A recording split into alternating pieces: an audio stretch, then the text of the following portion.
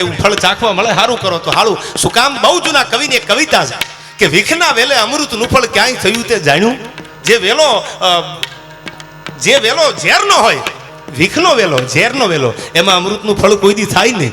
વિખના વેલે અમૃતનું ફળ ક્યાંય થયું તે જાણ્યું, પરને પીડા ઉપજાવીને કોને વૈકુંઠ માણ્યું. અરે મધુસૂદન છે મારા નામ હરિનું, કોઈનો મધ નહીં રાખે. એનું નામ જ દ્વારકાધીશનું એક નામ મધુસૂદન છે. આયા તો ગરવ કિયા સોઈનર હાર્યા, એનાથી મોટો દુનિયામાં કોઈ છે નહીં. અને જે કરશે તે ભોગવશે, ભવસા ઘરમાં ફરશે. આ બંટી કેરા બીજ વાવીને કમોદ ક્યાંથી લણશે. તમે જે બિયારણ વાવેતર કર્યું હોય એ જ બિયારણ તમારે લણવાનું. બાજરો વાવ્યો હોય તો બાજરાના ડુંડા લણવાના હોય, અને સાહેબ ઘઉં વાવ્યા હોય તો ઘઉં જ વાઢવાના હોય. એ તમારે નક્કી કરવાનું. જે કરશે તે ભોગવશે, ભવસા ઘરમાં ફરશે. બંટી કેરા બીજ વાવીને કમોદ ક્યાંથી લણશે. છતાંય આપણે સમજતા નથી. આ બધા જ્ઞાન તો ભગવાને આપ્યા છે. જગતના ચોકમાં મહાપુરુષો સંતો બેઠા એને જ્ઞાન આપ્યા છે. પણ હું વાત તમને રામાયણની કરું. સોમાન માટેની એક લડાઈ રામ લડ્યા છે.